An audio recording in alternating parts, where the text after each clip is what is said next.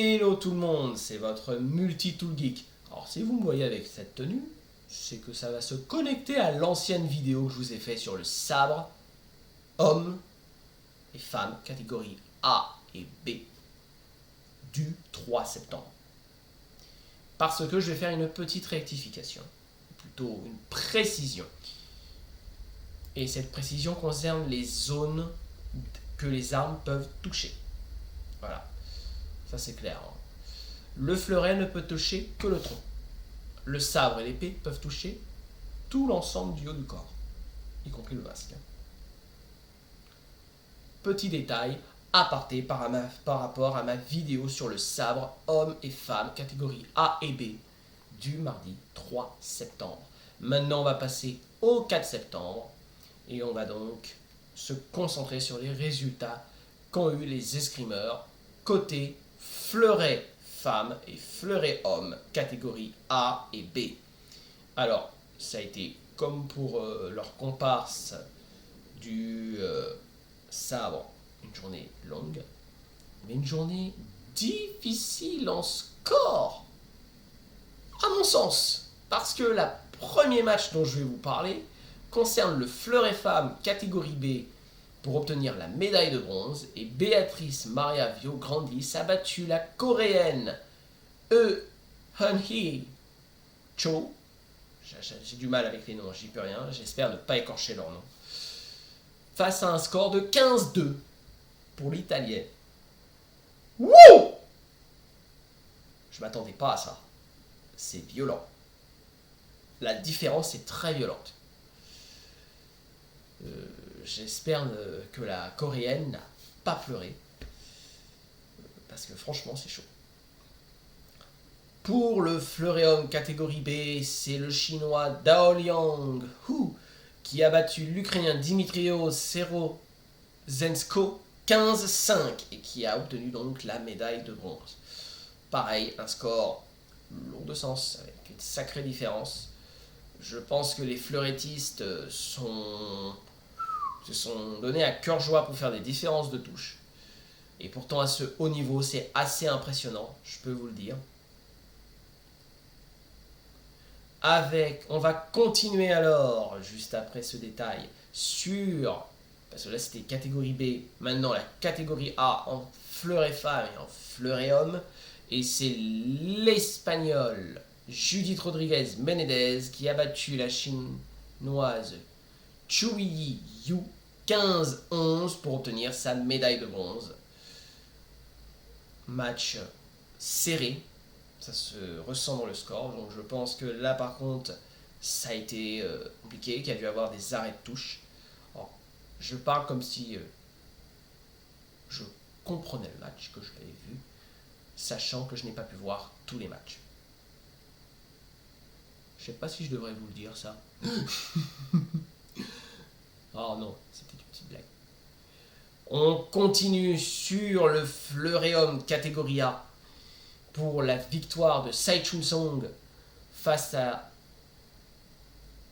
l'italien Emanuele Lambertini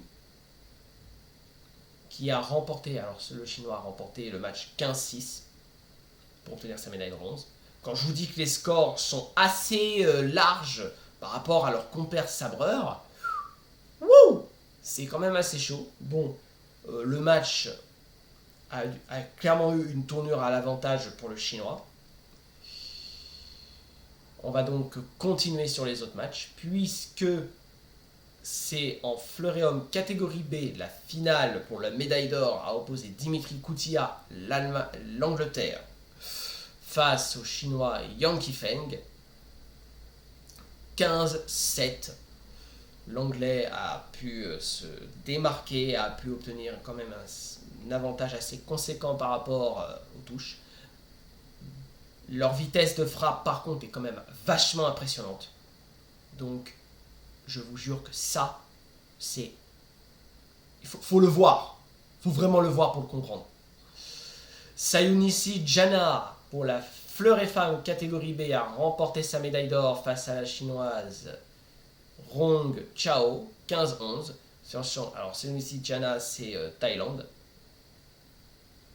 Donc pour le coup chapeau, serré et chapeau. Une victoire bien méritée. On va finir avec le fleuret homme catégorie A pour la victoire de Gangsun face à l'Italien Matteo Betti 15-3. Et ça, c'est une finale que j'aime pas.